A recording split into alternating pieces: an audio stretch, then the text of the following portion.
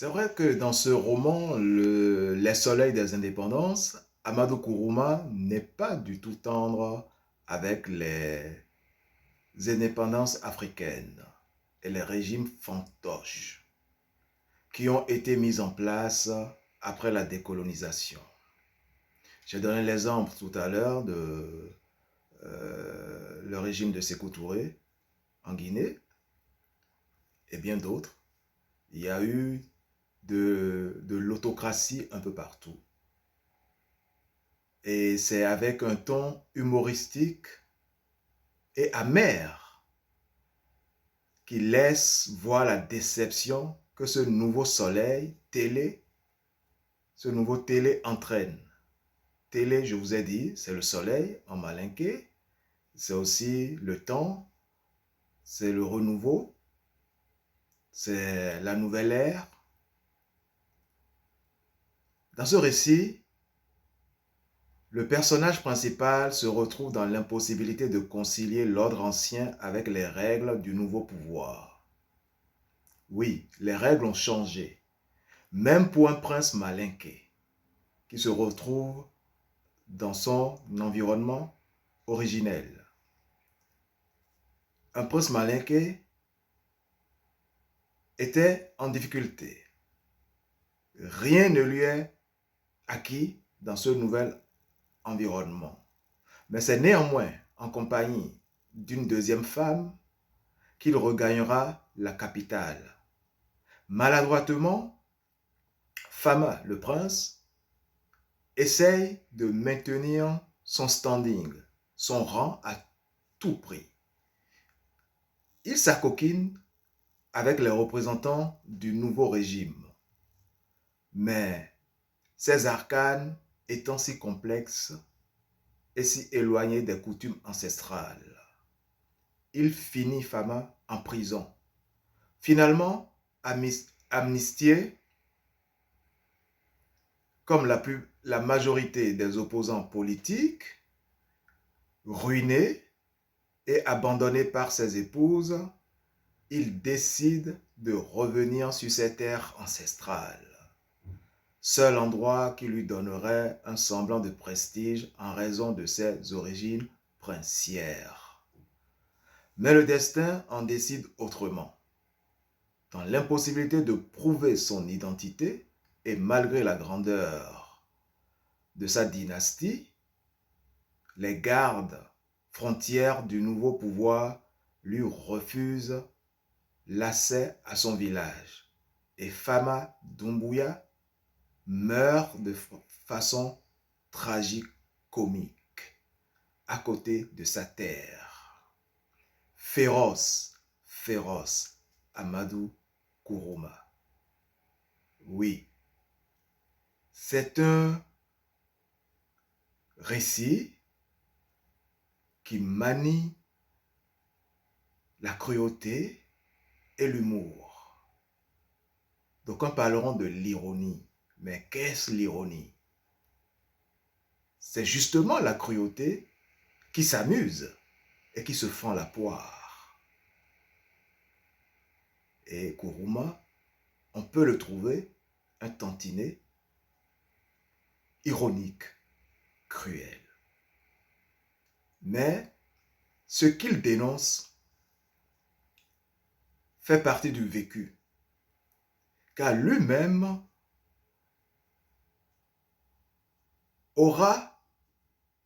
aurait eu maille à partie avec le régime du président Félix Houphouët-Boigny, ce qui le conduira en exil, d'abord en Algérie, puis au Cameroun, où il vivra pendant 10 ans, et ensuite au Togo, où il passera 10 années également, avant de venir en France pour s'installer, car sa femme est française,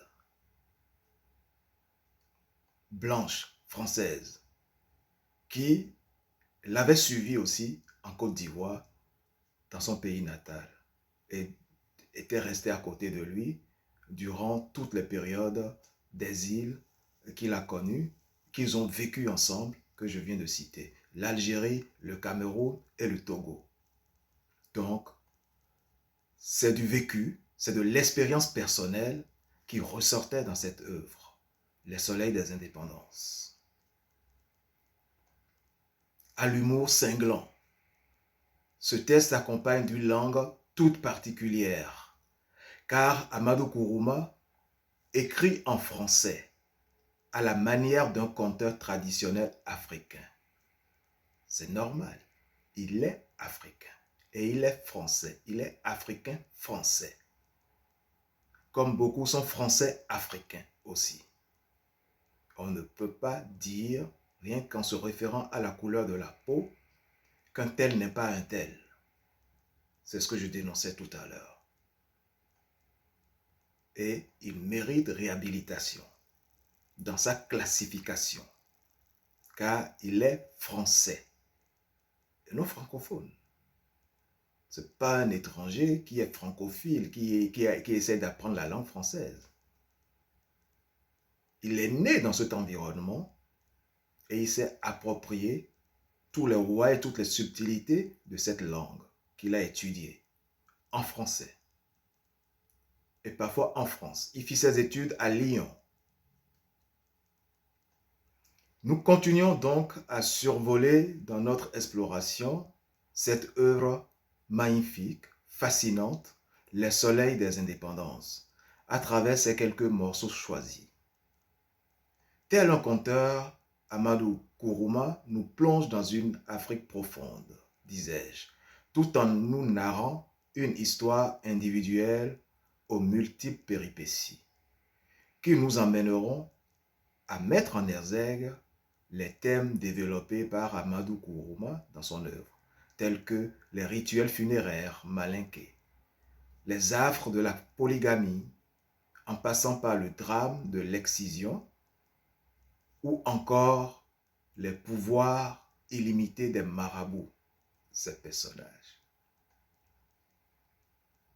Tout commence donc par des funérailles, avec une forte dose de superstition, ce qui nous apprend que l'ombre du défunt a bien marché jusqu'au village natal, bien qu'étant tombé aux portes du village, a bien marché jusqu'au village natal. Très fort, Kourouma. Mais c'est l'Afrique. Nous en connaissons tous des histoires comme ça. Oui, elle est revenue aussi vite dans la capitale pour conduire les obsèques. Je parle de l'ombre. Elle est revenue aussi vite dans la capitale pour conduire les obsèques et un sorcier du cortège funèbre l'a vue, mélancolique, assise sur le cercueil. Il n'y a qu'un sorcier qui puisse voir ça. Un marabout. Mais pareil qu'ils sont pareils, les deux. Des jours suivirent, le jour des obsèques, jusqu'au 7e jour, et les funérailles du 7e jour se déroulèrent devant l'ombre. Puis se succédèrent des semaines, et arriva le 40e jour. Et les funérailles du 40e jour ont été fêtées au pied de l'ombre, accroupie. Toujours invisible pour le malinqué commun, lambda. Puis l'ombre est repartie définitivement.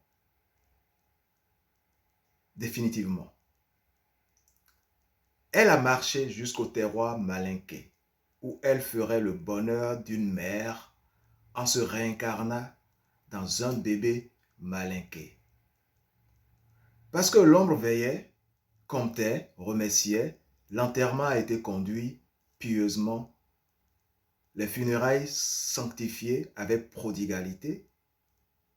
Les amis, les parents et même de simples passants déposèrent des offrandes et sacrifices qui furent repartagés et attribués aux venus et aux grandes familles malinquées de la capitale. Page 10.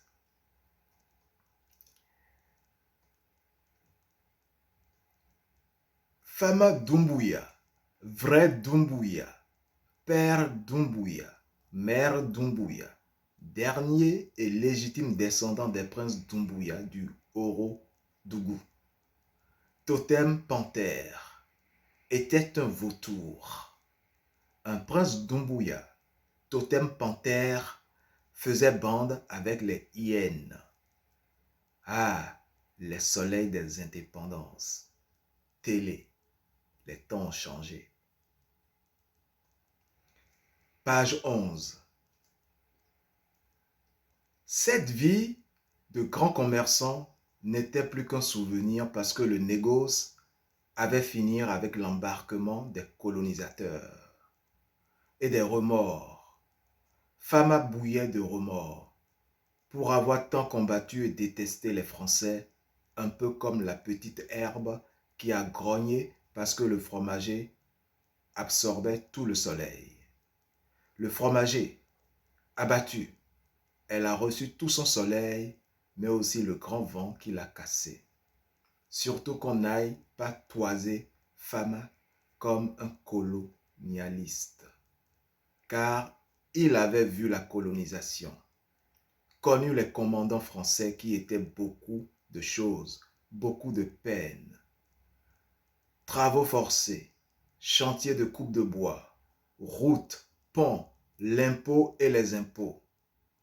Et 80 autres réquisitions que tout conquérant peut mener sans oublier la cravache du garde-cercle et du représentant et autres tortures.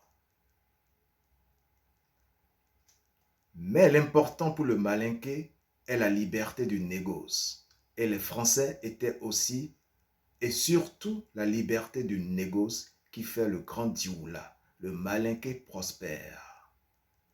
Le négoce et la guerre, c'est avec ou sur les deux que la race malinké, comme un homme entendait, marchait, voyait, respirait, les deux étaient à la fois ses deux pieds, ses deux yeux, ses oreilles et ses reins.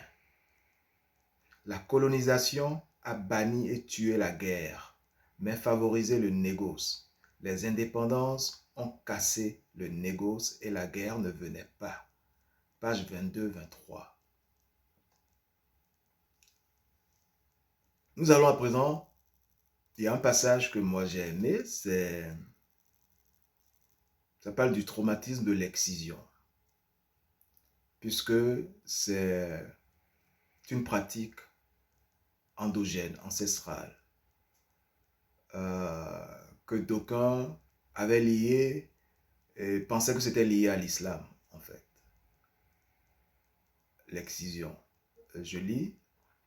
Salimata rappelait quand vint son tour, quand s'approcha la praticienne, chauffait alors le vacarme des matrones, des opérés décharnés, des charognards et des échos renvoyés par les monts et les forêts.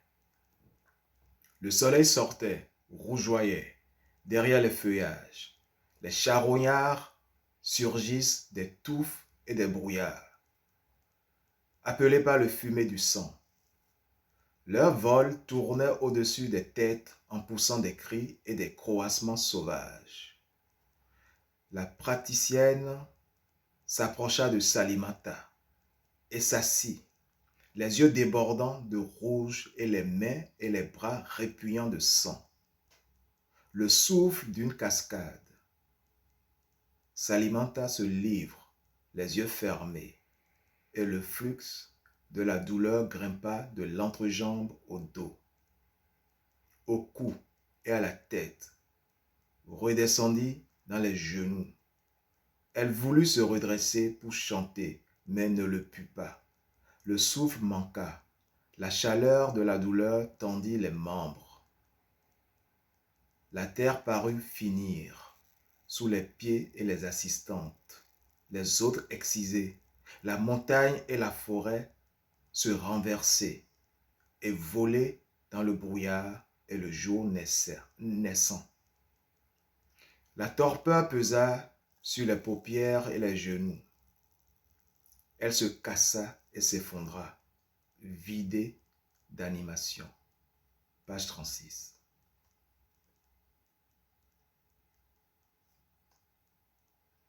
Est-ce que cette excision est liée à l'infertilité? Oui, Salimata vécut le bonheur pendant des semaines, des mois et des années qui succédèrent, mais malheureusement sans enfant. Ce qui sied le plus à un ménage, le plus à une femme, l'enfant, la maternité, qui sont les plus riches, parurent plus que la plus éclatante beauté. À la femme sans maternité manque plus que la moitié de la féminité. Et les pensées de Salimata, tout son flux, toutes ses prières appelèrent des bébés. Ses rêves débordaient de paniers grouillants de bébés. Il en surgissait de partout. Elle les baignait, berçait et son cœur de dormeuse se gonflait d'une chaude joie jusqu'au réveil. En plein jour et même en pleine rue, parfois, elle entendait des cris de bébé, des pleurs de bébé. Elle s'arrêtait. Rien. C'était le vent qui sifflait ou des passants qui s'interpellaient. Un matin, elle rinçait des calebasses. Sous ses doigts, elle sentit un bébé, un vrai bébé. Elle le baigna.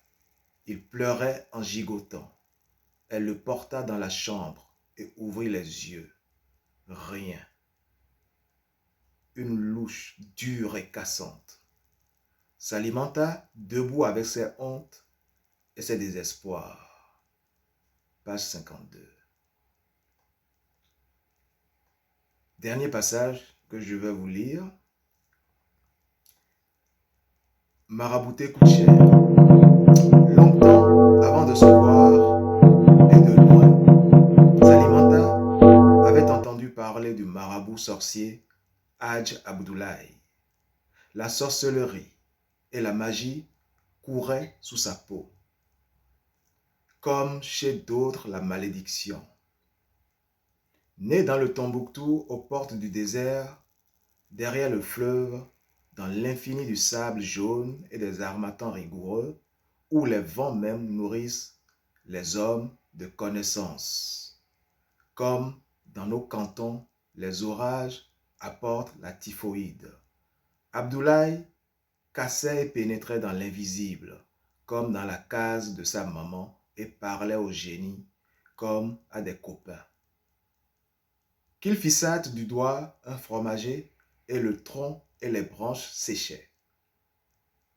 Pour un homme de 7 cornes, faire germer un bébé, même dans le ventre le plus aride, un rien, une chiquenaude. La seule petite chose qui avait coupé l'espoir et l'enthousiasme était qu'Abdoulaye maraboutait cher. Marabout pour député, ministre, ambassadeur et autres puissants qu'aucune somme ne peut dépasser et qui pourraient se confectionner des pagnes en billets de banque et qui pourtant ne sont pas obligés de prêter à des chômeurs à cause de l'humanisme. Page 65-66. Après, il y a les dérives du parti unique et d'autres dénonciations ou évocations de superstitions.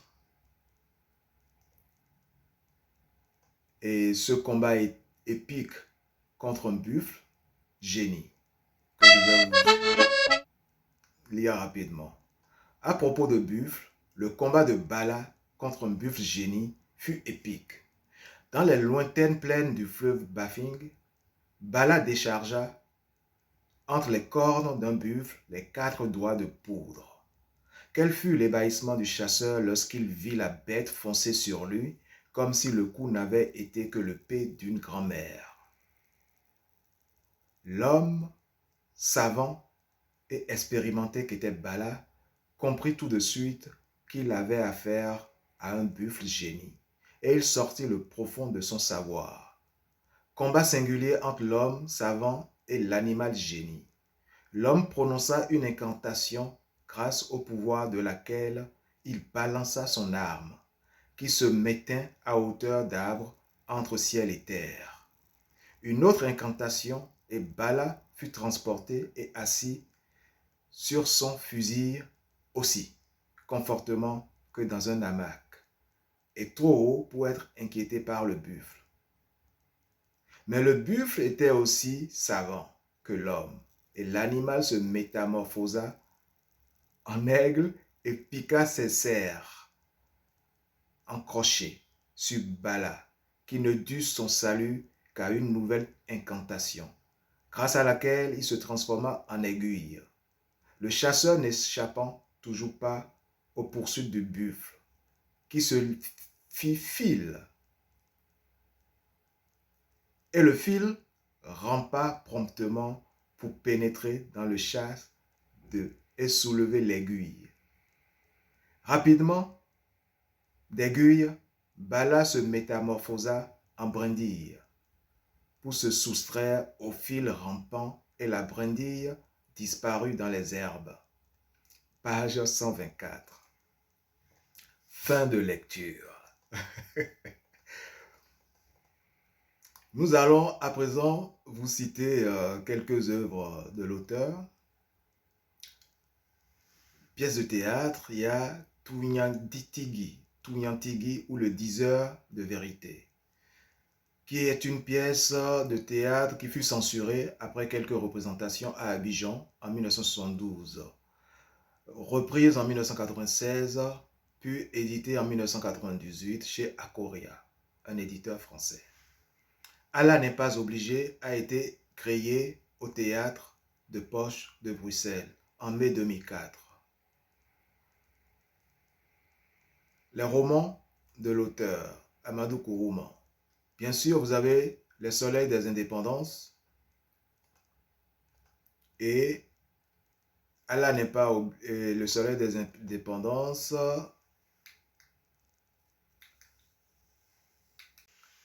Monnaie, outrage et défi. Il y a également En attendant le vote des bêtes sauvages. Et bien sûr, Allah n'est pas obligé, qui a été transformé en 2004 en pièce de théâtre, comme je vous disais tout à l'heure. Mais l'auteur Amadou Kourouma est décédé en 2003 à Lyon, en France. Mesdames, mesdemoiselles et messieurs, chers auditeurs, chères auditrices, ainsi s'achève notre émission de ce jour. C'est un plaisir pour moi, Guillaume Adouvi, d'avoir partagé ces quelques minutes de littérature et d'histoire avec vous. Je vous donne rendez-vous, vous pouvez me suivre sur la radio panafricaine, l'Afrique d'une seule voix, dans l'émission Odyssée dans nos oreilles, les lundis, mercredis et vendredis. Sinon, c'est une émission qui passe du lundi au vendredi. Donc, les 2 autres jours, mardi et jeudi, sont animés par ma collègue Chancel Florence. Je vous demanderai, avant de vous quitter, une petite faveur aussi, de nous soutenir, de ne pas oublier de vous abonner sur notre page et de liker les contenus qui vous ont plu pour nous permettre de vous préparer selon vos goûts de nouveaux contenus. Je vous remercie. Prenez bien soin de vous. À très bientôt.